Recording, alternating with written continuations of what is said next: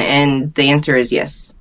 But with every sacrifice, as long as there's something positive on the other end, I feel like it's all understood. Like, I don't know, my daughter, for instance, obviously she doesn't get 100% of the time that she probably should from her mom because I'm making graphics or I'm on a phone call or a conference call or I have a show or, whatever it is at that time.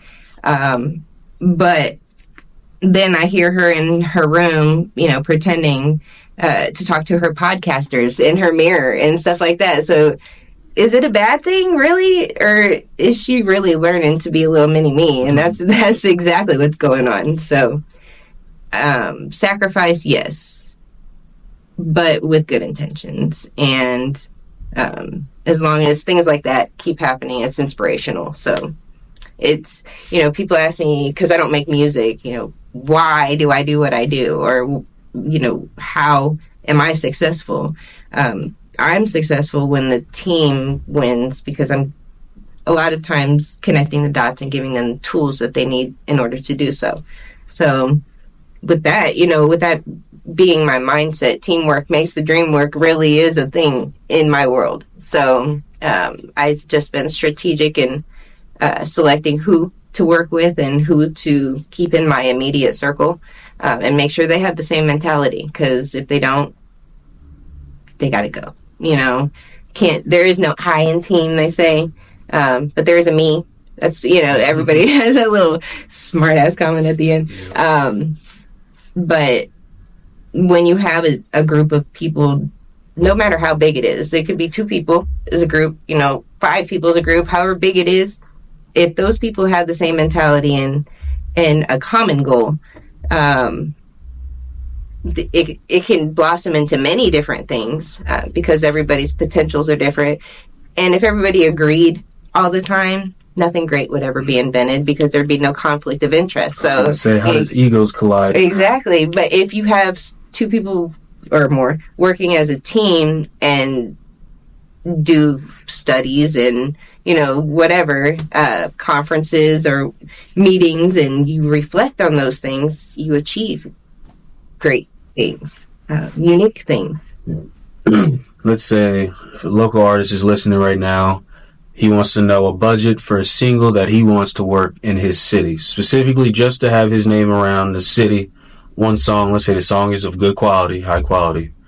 What's the budget? And then just give some. You don't have to go into detail because I know you could go, there's hella things you do for one song, but something that we don't know. I would say, are we talking radio? Everything for the city, just to be just to start conquering. I mean, if you do radio, it's not going to be just the city because radio is worldwide now. Right. iHeart owns a lot of the radio station streaming. I would say real numbers, realistically, local, I'd say 50K is a good number for local numbers. 200K if you want to push the button and make it go. Okay. And that's just roundabout figures. You could probably look it up online and it probably say about the same. But yeah, when it comes down to, the splits and production, purchasing the beats, mix and mastering. Why is it? I got a question for artists. Y'all want to ask me all these questions. How come I see y'all outside in a $200 outfit, but your music is not mixed and mastered? What? Please make it stop. Please. Thanks. And auto-tune too. Cut. You're not a big fan of auto-tune? T-Pain did it well. Let it live. Die or something. Yeah. No, I think it was a great wave that T-Pain obviously did excel in. And I think that a lot of there is such a thing as being out of tune with auto-tune. And I think that's what a lot of what we're hearing. A lot of people using auto-tune as a band-aid for the fact that they really cannot sing. And rule of thumb, if you can't sound live with a microphone like you do on your record, don't do it. Because when you leave out the studio and it sounds fucked up to you, guess what? It sounds fucked up to me too. And it's going to be worse live. So, yeah. Free game. Okay. So back to the AI thing, you believe that the people that are higher up are slowly trying to get us adjusted to what's to come. Mm-hmm. Yes, we were.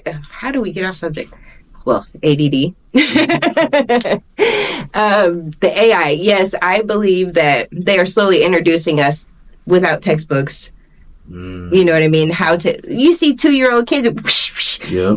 What the hell is really going on? That's like our grandparents when cell phones became. That's crazy. Yeah. They are going to school with iPads. Yes, and there is different ways of teaching. They didn't used to have textbooks. They used to have them little slide across math things, slide the bar to count, to add, whatever. What are those things called? You know what I'm talking about. I know what you're talking about. Yeah.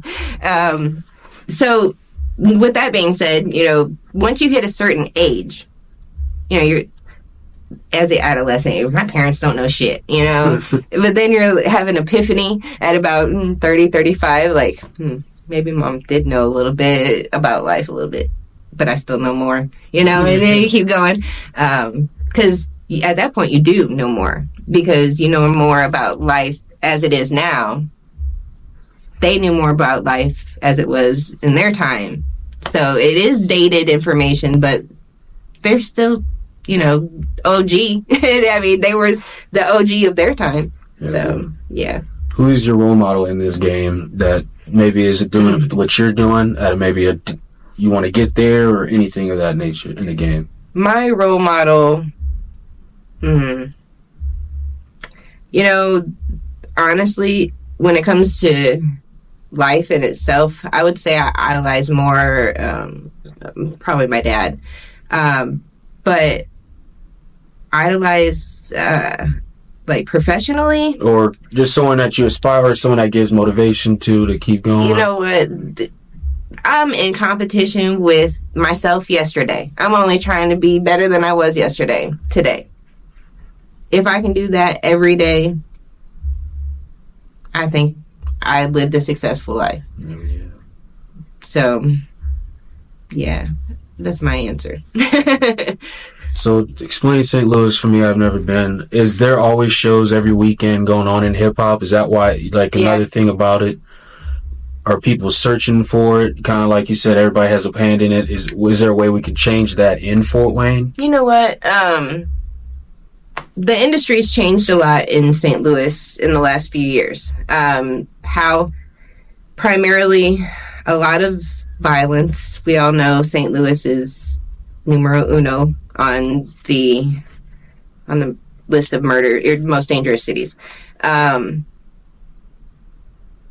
Is it more dangerous than this city per capita? I don't think so. I think it's just as dangerous. But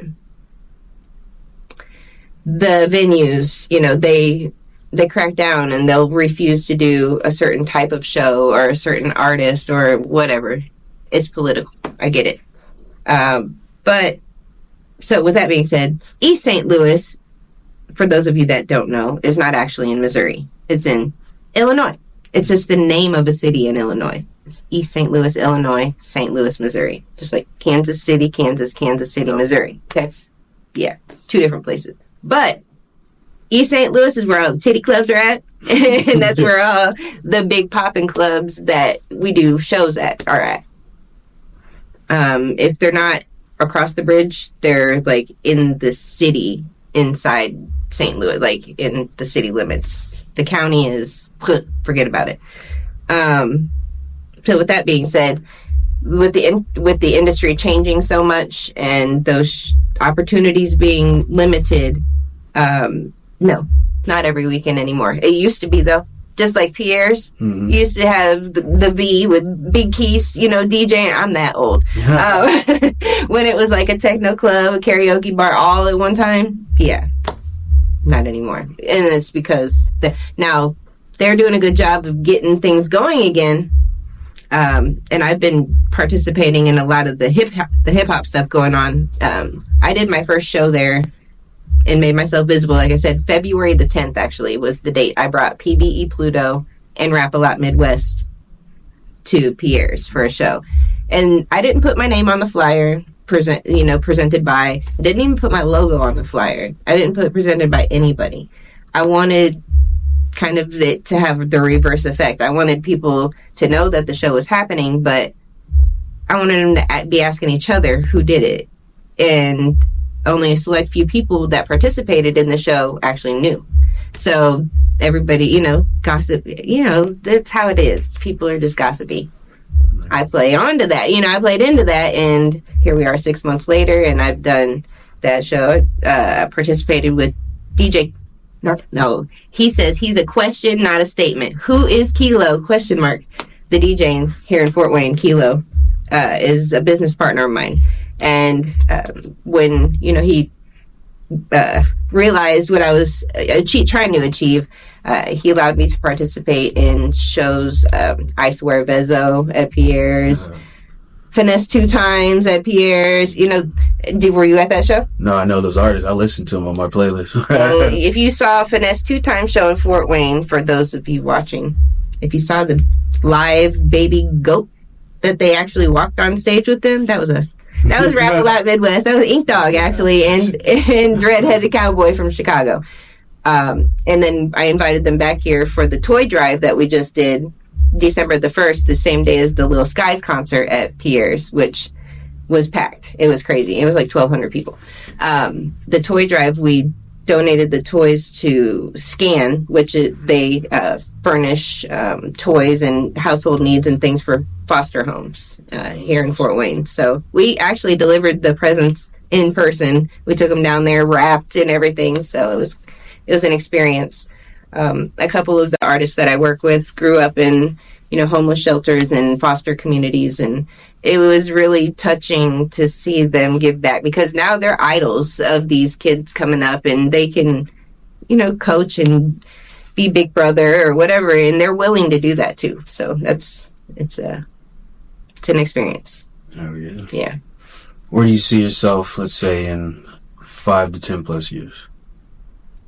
Hopefully somewhere drinking out of a coconut with an umbrella on a beach. But I can do that today if I wanted to, so that's not significant.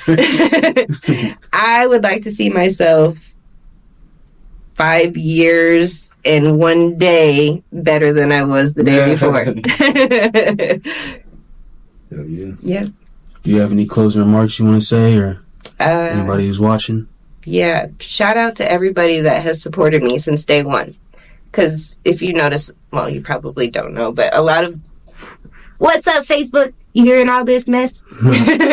A lot of the people that follow me on social media, Facebook especially, I go in my memories, and it goes back like 14 years on my Facebook. So a lot of those people are day ones, followers, fans. They've seen the process, falling on your ass, pick your, fall down 7 times, get up 8, process many times. I quit the music industry publicly, made a whole post like this long on my Facebook, like, I want to say 3 years ago, right after my dad died. You think them folks let me quit? No. No. It was a time for me, because he was the music industry and me, and I guess this is my way of living out my dad's legacy, because he was an engineer, audio engineer.